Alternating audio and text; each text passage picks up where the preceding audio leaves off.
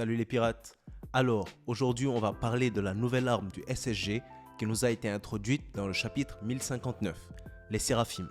On va parler de leur origine, de leur but et surtout de leur puissance. Donc, on va tout couvrir ensemble, alors restez jusqu'à la fin pour ne rater aucun détail important.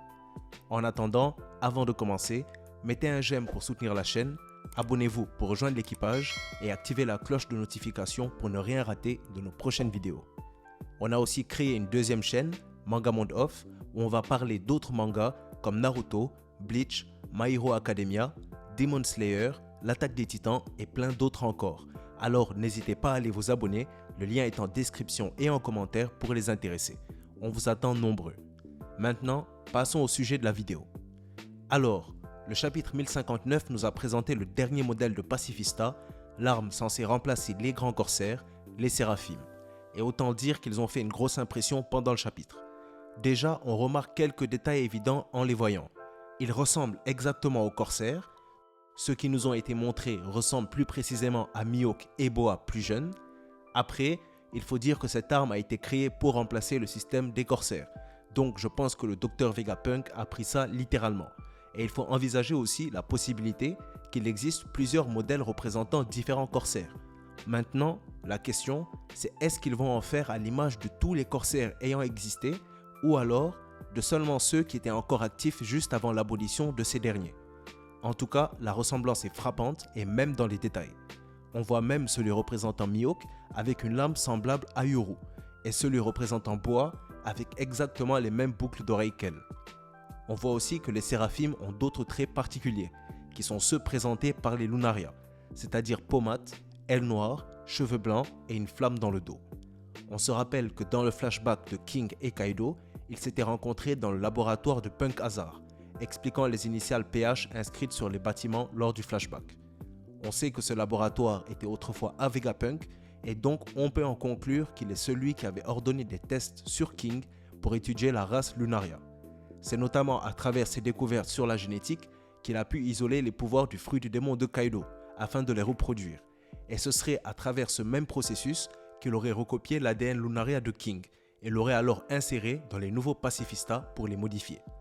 Et je pense que ces modifications spécifiques sont celles qui vont le plus déterminer les nouveaux pouvoirs des Séraphimes. Il suffit de prendre King comme exemple. Il a une résistance hors du commun, sans dire qu'il est plus résistant que Kaido, il a tout de même réussi à encaisser des attaques ayant blessé la forme dragon de son capitaine, ce qui est déjà un exploit en soi.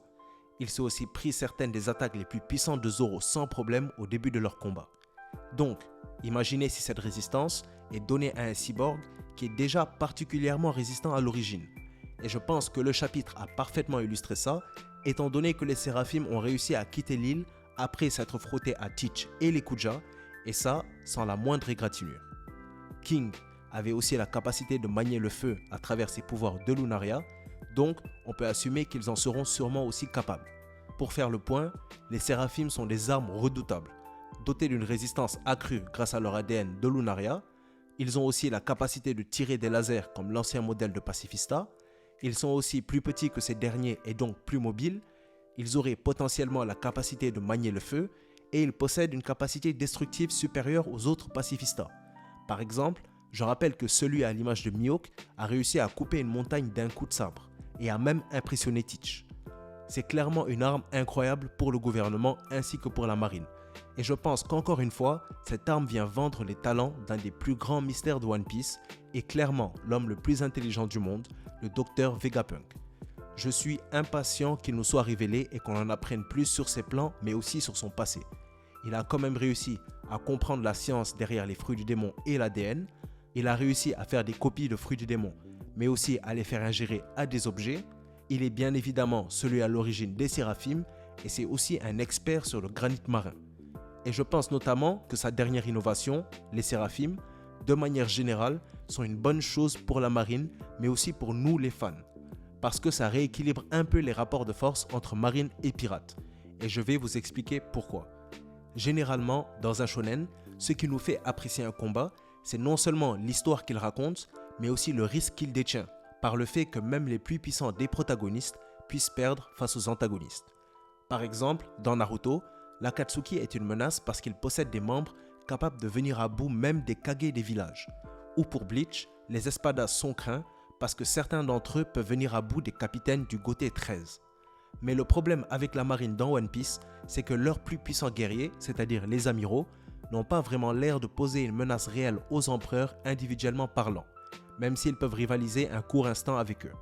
Et ça, je trouve ça vraiment dommage, parce que ça enlève un peu la tension du combat et de la menace que devrait poser la marine.